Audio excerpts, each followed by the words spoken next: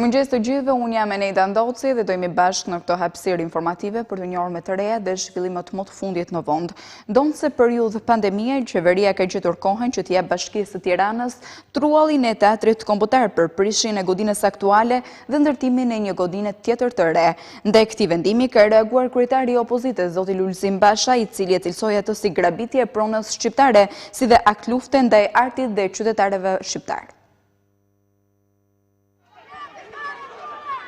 Pavarësisht protestave të vazhdueshme të komunitetit të artistëve dhe jo vetëm, mazhoranca e majt nuk tërhiqet nga vendimi për të prishur godinën aktuale të teatrit kombëtar dhe për të ndërtuar aty një ndërtesë të re.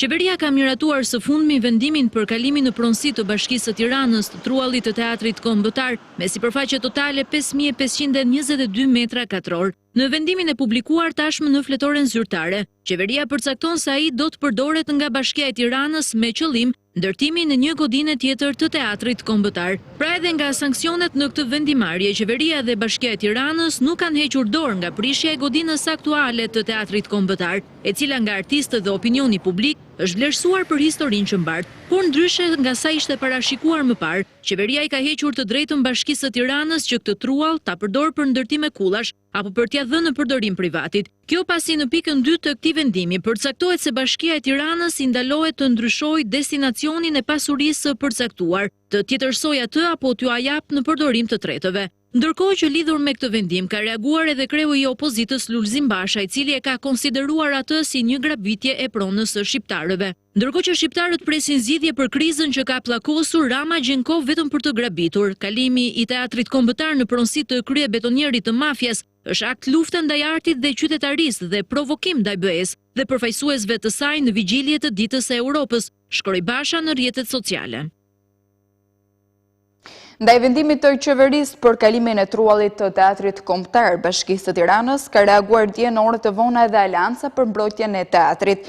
Nëpërmjet një deklarate të shpërndarë nëpërmjet rrjetit social, ajo ka theksuar se kryeministri dhe kryetari i Bashkisë së Tiranës po përdor pandeminë e koronavirusit si një alibi për të grabitur pronën e shqiptarëve. Siç e paralajmëruam edhe atëherë, tërheqja nga ligji special nuk ishte tërheqje përfundimtare nga krimi. Vesi del me shpirtin dhe me sa duket, qeni sulmi të urren teatrin më fort se i Zoti. Me këtë vokomod, diktatori Edvin i lan duart me teatrin kombëtar dhe ja le stafetet qenit të tij të sulmit, shkroi Aleanca për mbrojtjen e teatrit në reagimin e vet. Motej në këtë deklarat, AMT thekson se me vendimin e fundit, qeveria nxorri në shesh gënjeshtrën e kryebashkiakut Veliaj, i cili më parë ka deklaruar se sipërfaqja e teatrit ishte 1100 metra katror dhe jo 5522 metra, sa dhe përcakton ky vendim në fjalë. Me deklarimin e saktë të sipërfaqes së truallit të teatrit kombëtar, që është 5522,7 metra katror dhe jo 1100 sa deklaron të qeni sulmit, gjatë pseudo-dogjesave të qershorit 2018, qeveria na ka bërë një nder. 65 artiste që nënshkruan për shembin e teatrit kombëtar me në krye Robert Ndrenikën, tani duhet i kërkojnë publikisht falje qytetarëve dhe kolegëve, të cilët firmosën për mbrojtjen dhe ta shpallin qenin e sulmit mashtrues, thuhet në këtë deklaratë.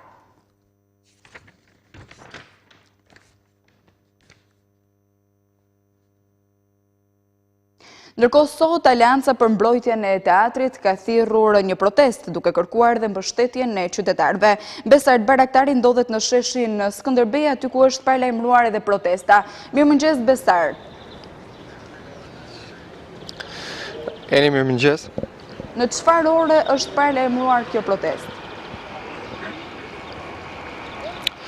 Një grup aktivistësh të Aleancës për mbrojtjen e teatrit, të cilët protestojnë për disa kohësh kundër shembjes së godinës së teatrit, kanë paralajmëruar sot në orën 12 një protestë ku kanë thirrur dhe kanë ftuar sa më shumë qytetarë që ti mbështesin dhe të bëhen pjesëmarrës të këtij tubimi, i cili sipas tyre përkon me 9 maj ditën e Europës. Në fakt bëhet fjalë për një protestë e cila vjen një ditë dhe pas vendimit të qeverisë për kalimin e truallit në pronësi të Bashkisë së Tiranës, një vendim që më pas i hap dhe rrugën për prishjen dhe për nisjen dhe zbatimin e projektit i cili parashikon shembjen e godinës së teatrit, një godinë e cila është bërë debat prej shumë kohësh mes aktivistëve, aktorëve dhe qeverisë apo autoriteteve dhe Bashkisë së Kryeqytetit. Në fakt, nga ana e Aleancës për mbrojtjen e teatrit, tubimi do jetë në logon përkujtimore që përkon me 9 maj ditën e Europës dhe 75 vjetorin e fitores mbi diktaturën fashiste, ndërkohë disa prej parullave të cilët do të jenë nga pjesëmarrësit do të janë jo diktaturës fashiste, jo burgut fashist, jo shtetërrethimit fashist, Shqipëria si Europa apo hapni Shqipërinë. Ndërkohë i bëhet thirrje që të ketë dhe një maska dhe distancë 2 metra të gjithë pjesëmarrësve, ndërkohë që ne flasim pra që për orët e parë të mëngjesit, duke qenë se është thirrur dhe për pikërisht ky tubim pranë sheshit Skënderbej, forcat e policisë kanë mbritur në shesh për të monitoruar situatën dhe për të verifikuar apo për të parandaluar tubimin. Pritet se si do të jetë reagimi apo organizimi i Aleancës për mbrojtjen e teatrit, të cilët kanë thirrur këtë protestë në orën 12, pra dhe 3 orë. Çfarë vendimi do merret pasi kemi parë edhe protesta të tjera të cilët pati përplasje me policinë, një protestë e 2 ditëve më parë në po të njëjtin shesh nga aktivistë të ndryshëm. Po Besar, të falenderoj për këtë raportim të drejt për drejt, do lidhemi sërish për të parë më vonë nëse do të respektohet edhe distancimi social, pasi në të kundër do të merren edhe masa administrative për shkak edhe të ndryshimeve në kodin penal. Ndërkohë ne do të vijojmë me të tjera zhvillime. Ambasadoria shqiptare në Shtetet e Bashkuara të Amerikës, Floreta Lulje Faber, shprehet se mbi 50 shqiptarë nga Shqipëria, Kosova, Malizi dhe Maqedonia e Veriut, të cilët kanë humbur betejën me koronavirusin në Shtetet e Bashkuara të Amerikës. Mes atyre ka ndërruar jetë Agron Vraja, antari Këshillit Bashkiak në Lezhë, dhe doktor Raif, teksa ishin vizitor në New York tek familjarët e tyre. Ambasadoria thot se pjesa më e madhe e qytetarëve me origjinë shqiptare që humben jetën me COVID-19 do të prehen në tokën amerikane, që u bë për ta dhe u i dytë. Por 4 prej tyre, mes tyre trupat e 2 vizitorëve, Vrajës dhe Krasniqit dhe 2 shqiptarëve që jetonin në Amerikë, janë sjellë në vendin tonë që të prehen atje, duke plotësuar amanetin e tyre.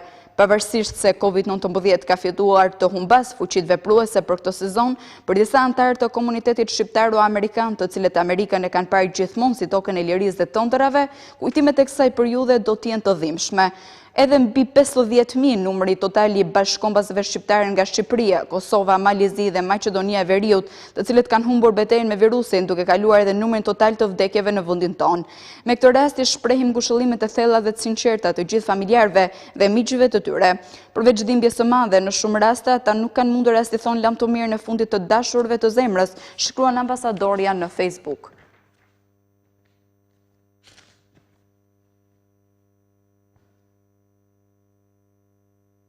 Ndërkohë ashtu si një javë më parë, sot në zonat e kuqe do të ketë liridalje me fasha oraresh për grupe të ndryshme. Gazetarja jon Sonila Musaj ndodhet në zonën e liçenit. Sonila, mirëmëngjes. Mirëmëngjes Neida, ashtu siç e thatë edhe ju, edhe kjo fundjavë do të jetë me rregulla të njëjta si fundjava e kaluar. Pensionistët të moshuarit kanë fashën e orarit deri në orën 10 për të shijuar këtë të shtunë, ndërsa në orën 11:30 deri në orën 15:30 do të jenë nënat me ose prindrit më saktë me fëmijët deri në moshën 14 vjeç, ata do të lejohen që të dalin deri në orën 17:30. Ndërsa sa i përket ditës së nesërme do të jenë të gjitha aktivitetet e mbyllura. Në fakt këtë të shtunë nuk lejohet as lëvizja me automjete, ndërsa në kodrat e liçenit, siç mund ta shihni dhe nga planet, kanë dalë të moshuarit për të shijuar rrezet e diellit të kësaj të shtune, dikush për vrap, dikush për ecje, dikush tjetër me biciklet. Shohim në fakt që nuk janë, edhe pse është fasha orarit për të moshuarit, në fakt nuk ka vetëm të moshuar, kanë dalë edhe gjyshërit me niprit apo mbesat, por kanë dalë edhe të rinj për të shijuar liridaljen e kësaj të shtune. Pra Sonila ka patur edhe kategoritë të cilët kanë shkelur këtë vendim të qeverisë ditën e sotme? Planet kanë treguar, por dhe kanë treguar që nuk janë vetëm të moshuarit që kanë dalë deri të paktën në këtë momente. Sonila, të falenderoj për këtë informacion dhe raportim të drejt për drejt që solla në studion Ora News. Do të vijojmë me të tjera zhvillime. Në 24 ore të fundit në vend rezultojnë 8 raste të reja me koronavirus, duke çuar në total numrin e të prekurve në 850. Ministria e Shëndetësisë thotë se situata është e qëndrueshme, ndërsa aktualisht pozitiviteti i COVID-19 në vend është 9%. Pozitiviteti COVID-19 në vendin tonë është në shifrën 5%. Sipas të dhënave të Ministrisë së Shëndetësisë, në vend janë kryer mbi 10.000 testime, ndërsa pozitiv me koronavirus kanë rezultuar 85 qytetarë. Gjatë këtij muaji është trefishtuar numri i testimeve. Kemi aktualisht një indikator që është 95% pozitiviteti, që është një indikator i rëndësishëm që tregon kontrollin e virusit në vend.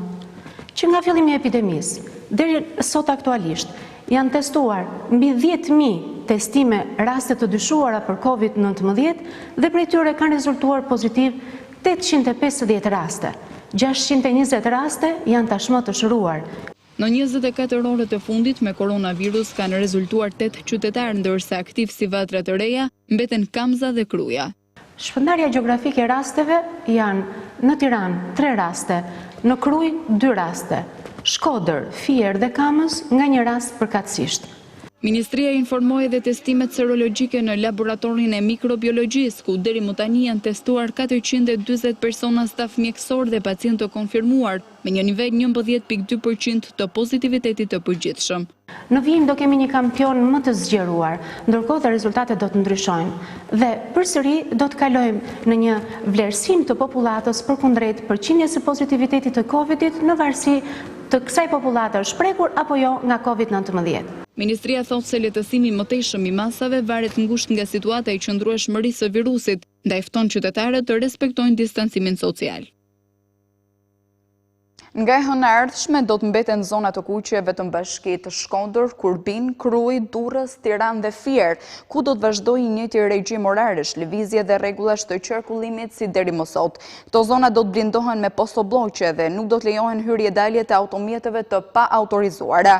Lajmin e ka bërë me dije kryeministri i vendit Edi Rama, i cili shton se gjithë pjesa tjetër e vendit do të jetë e gjelbër dhe qarkullimi ndërqytetas me automjet privat brenda gjithë kësaj kohe do të jetë plotësisht i lirë me një regjim orar që do të shtrihet deri në orën 21 të mbrëmjes.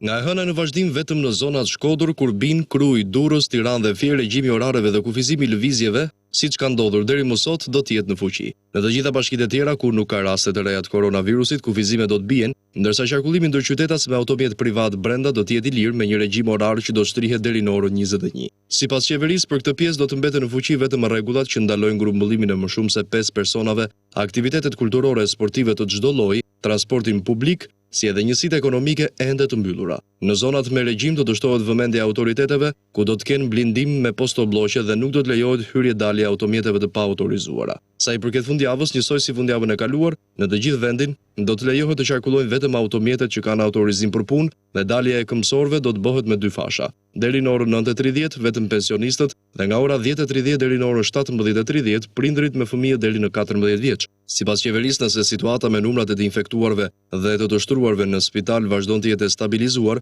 kjo do të jetë fundjava e fundit me ndalim daljeje për vajzat dhe djemt mbi 14 vjeç.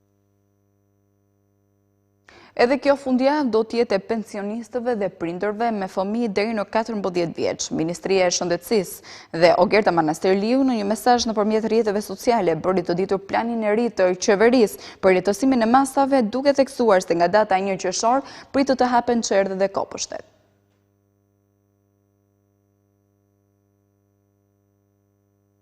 Në 24 orët e fundit janë testuar 238 raste të dyshuara, prej të cilave vetëm Edhe kjo fundjavë, si fundjava e shkuar, do të ketë të njëjtat rregulla. Pra do të lejohen të moshuarit sipas orarit të përcaktuar, si dhe familjet dhe fëmijët deri 14 vjeç. Gjatë ditës së shtunë do të ushtrojnë aktivitetet, marketet, farmacitë deri në orën 17:30, ndërsa të dielën do të jenë të mbyllura. Nga dita e hënë, datë 11 maj, siç e kemi lajmëruar, shtohen si zonat e gjelbërta Bashkitë Lushnje, Patos, Roskovec, Korç, Has, Kukës, Lezhë, Mirdit, Fusharës, Malësie Madhe, Puk, Bauidejës, Kavaj dhe Vorë, me të njëjtat rregulla siç jeni njohur më parë. Në të gjithë zonat e gjelbërta lejohet qarkullimi ndër qytetas me automjet privat, duke lejuar udhëtimin e 2 ose më shumë personave vetëm të së njëjtës familje. Si dhe do të ndryshojë regjimi deri në orën 21. Ndërkohë që mbeten në fuqi rregullat që ndalojnë grumbullimin e më shumë se 5 personave, aktivitetet kulturore dhe sportive të çdo lloji, si dhe transporti publik dhe njësitë ekonomike ende të mbyllura.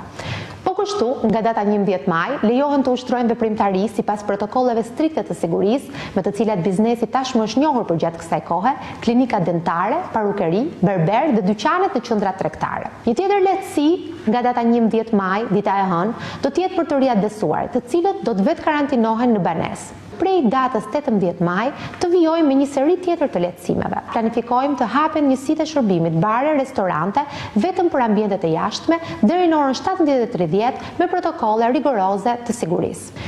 Sipas planit në tentativë, nëse të dhëna do të jenë të qëndrueshme, nga data 1 qershor po planifikohet të lejohet hapja e çerdheve dhe kopshteve publike dhe private. Policia e Tiranës ka proceduar penalisht 7 protestues, mes tyre dhe 3 organizatorët e tubimit në sheshin Skënderbej për masat kundër koronavirusit. Mes tyre është edhe ambientalisti Sazan Guri, e cili e cilsoi këtë procedim si të pavlefshëm. Policia ka proceduar penalisht 7 protestues, mes tyre edhe 3 organizatorët e tubimit të sejntes në sheshin Skënderbej kundër masave izoluese të qeverisë për koronavirusin. Zaçe Islami, Sazan Guri dhe Klajdi Bello në rolin e organizatorëve të protestës janë ndëshkuar me masa administrative sipas aktit normativ me shumën 500.000 lekë. I akuzuar si një prej organizatorëve, ambientalisti Sazan Guri shpreh se protestës ju bashkua si qytetar i lirë kundër zgjatjes së masave shtrënguese. Isha jo vetëm i rastishëm, jo vetëm si qytetar i lirë, nuk mora fjalë, nuk isha pjesë e organizimit. Ndonse policia zyrtarisht i ka komunikuar 2 akuza, Guri shprehet se nuk mund të ndëshkohet sipas ndryshimeve të reja në kodin penal, pasi ato kanë hyrë në fuqi një ditë pas protestës. Ligji ju sot në fuqi, ajo ka ndodhur dje, kështu që prapë nuk i prek dot ligji penal që ju sot në fuqi. Kështu që kjo është për të mbyllur gojën qytetarëve. Unë mendoj se është qeveria ajo që duhet bëj kujdesin më të madh. Sipas ambientalistit, pas incidentit dhe procedimeve, nuk do të ketë organizime të tjera. Nuk ma mendjan këto kushte. Le ta respektojmë të që po ndodh deri në disë për mua është gabim, por le ta themi ka plot mënyra komunikimi me qeverinë. Edhe me le kemi bërë vetë 2 letra për ta ndihmuar qeverinë. Në tubimin e sejntes, pjesëmarrësit shprehen pakënaqësitë e tyre për kufizimet e tej zgjatura, ndërsa shprehen bindjen se në Shqipëri nuk ka epidemi. Por aktivistët janë shpërndar pak minuta më pas nga policia, pasi në këtë periudhë pandemie grumbullimet nuk lejohen, ndërsa situata degradoi më tej edhe në përplasje fizike. Operatorët turistikin kanë dërguar një letër të hapur kryeministrit Rama ku i propozojnë masa financiare për këtë sektor. Në letër kërkohet që përpos paketes 1 dhe 2 të alokohet edhe një paketë dedikuar vetëm për këtë sektor pas normalizimit të kësaj situate. Operatorët turistik kërkojnë që të hiqen barrierat që pengojnë ushtrimin e aktivitetit turistik, sikurse janë kufizimi i lëvizjes, mos lejimi i hapjes së plazheve dhe hapja e kufirit toksor deri në fund të majit. Në letrën e hapur drejtuar kreut të qeverisë, operatorët turistik thonë se konstatojnë se nëse nuk hiqen kufizimet e lëvizjes për qytetarët në mënyrë që të shfrytëzohet turisti vendas dhe së paku nga 18 maj nuk hapen kufit me vendet kufitare, ky sektor do ndeshet me pasoja shumë të rënda dhe një numër i madh i këtyre subjekteve pritet të falimentojnë.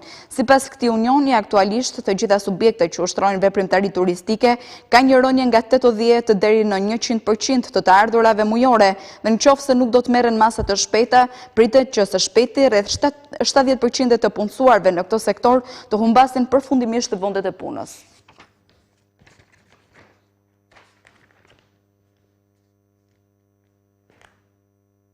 Operatorët turistik në Shëngjin ankohen se ende nuk janë njohur me protokollin e rregullave të sezonit të ri turistik, ku vonesat sipas tyre po i penalizojnë në përgatitjet e turizmit. Bashkia e Lezhë ndërkohë thotë se ky sezon do t'i përshtatet situatës së krijuar nga pandemia COVID-19. Operatorët turistik thonë se nuk kanë asnjë informacion zyrtar në lidhje me këtë çështje, ndërsa kërkojnë që mos të krijohen vonesa, sepse ju duhet kohë që të përgatiten konform rregullave që do të kërkohen për mbrojtjen nga COVID-19. Jo të morë vetë me pastrimin e plazhit, të pastru hapësinën publike, nuk dim as distanca, as sezon, njerëzit kanë të bëjnë mas qefit, merr barin prej Lulishqe, hedhën mran prej ranë çitën Lulishte, sot u pyet njëri fare se çfarë bën këtë vend. S'ka sillim penimi, as sillim informacion. Jena krejt izoluar. Me lehtësimin e masave kufizuese, Bashkia e Lezhë ka nisur përgatitjet për sezonin turistik. Nënkryetari i bashkisë Ermal Pacaj thotë se situata e krijuar nga pandemia COVID-19 ka krijuar vonesa, por garanton se gjithçka do të jetë gati brenda një kohe të shpejtë. Kjo nuk është në dorë të bashkisë se kur do e filloj, janë vendimarrje të tjera, por ama Bashkia e Lezhë bën të sajnë që të jetë gati, që në qoftë se sezoni do të fillojë nesër, ne jemi gati që nesër. Bashkia e Lezhës është duke u përshtatur situatës së krijuar nga COVID-19. Bashkia e Lezhë ka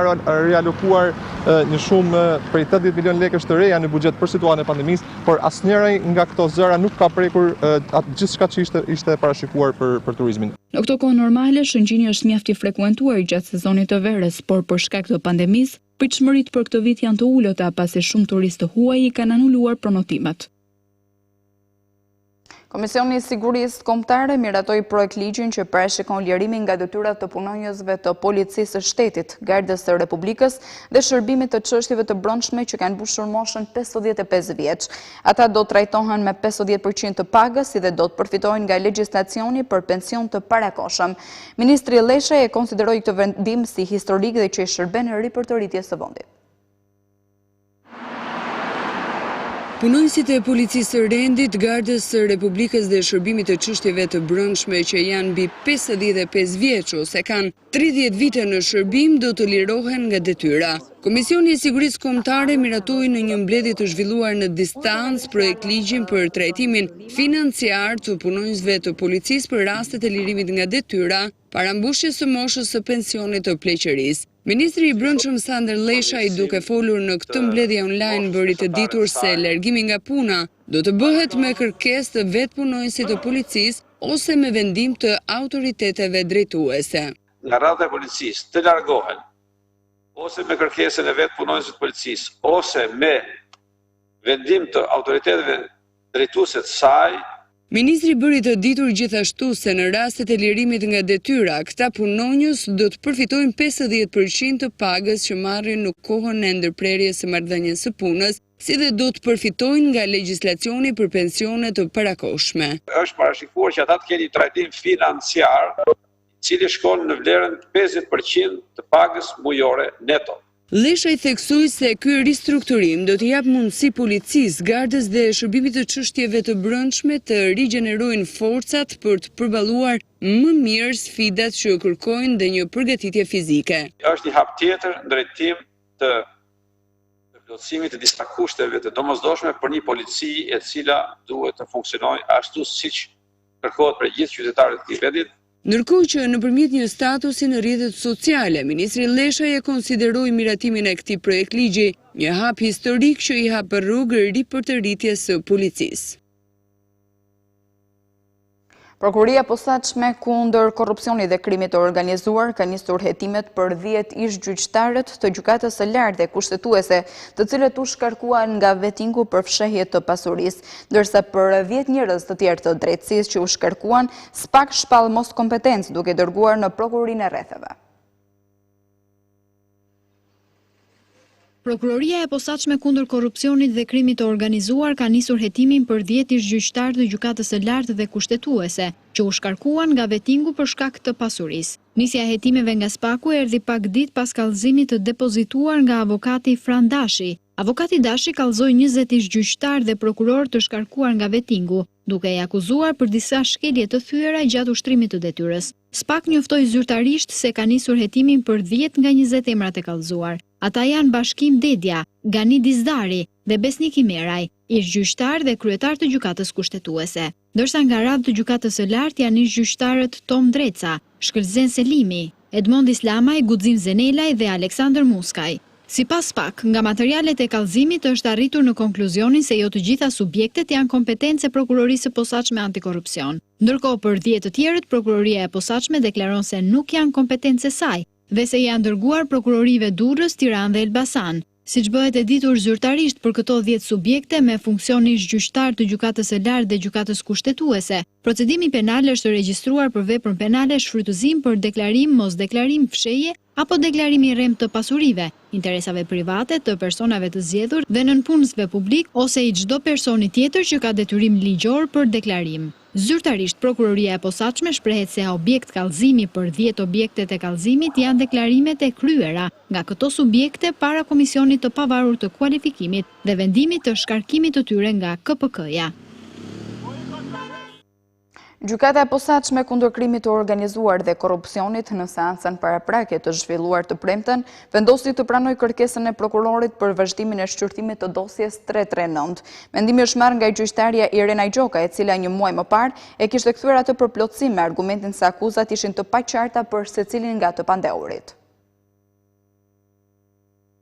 Dosja e famshme 339 që përfshin laboratorin e drogës në Brenok të Hasit ka kaluar për gjykim. Gjykata e posaçme kundër krimit të organizuar dhe korrupsionit në seancën paraprake të zhvilluar të premten vendosi të pranojë kërkesën e prokurorit për vazhdimin e shqyrtimit të çështjes. Vendimi është marrë nga gjyqtarja Irena Gjoka, e cila një muaj më parë i kërkoi prokurorisë plotësimin e dosjes. Në atë kohë u argumentua se akuzat ishin të paqarta dhe se nuk kishte akuzat të individualizuara për secilin prej të pandehurve në secilin episod kriminal. Kjo kohë ka mjaftuar që prokurorët e dosjes të bëjnë plotësimin e akuzës për secilin prej 25 të pandehurve që përfshin kjo çështje, mes të cilëve dhe grupi i avdylajve të Shijakut. Trafik narkotikosh, grupi strukturuar kriminal, pastrim parash dhe armbajtje pa leje janë akuzat për të cilat të pandehurit do të përballen me togat e zeza. Madje prokuroria ka përcaktuar dhe rolet e gjithë secilit në trafikimin e drogës nga Shqipëria drejt Italisë, si dhe përgatitjen e heroinës në laboratorin e Hasit.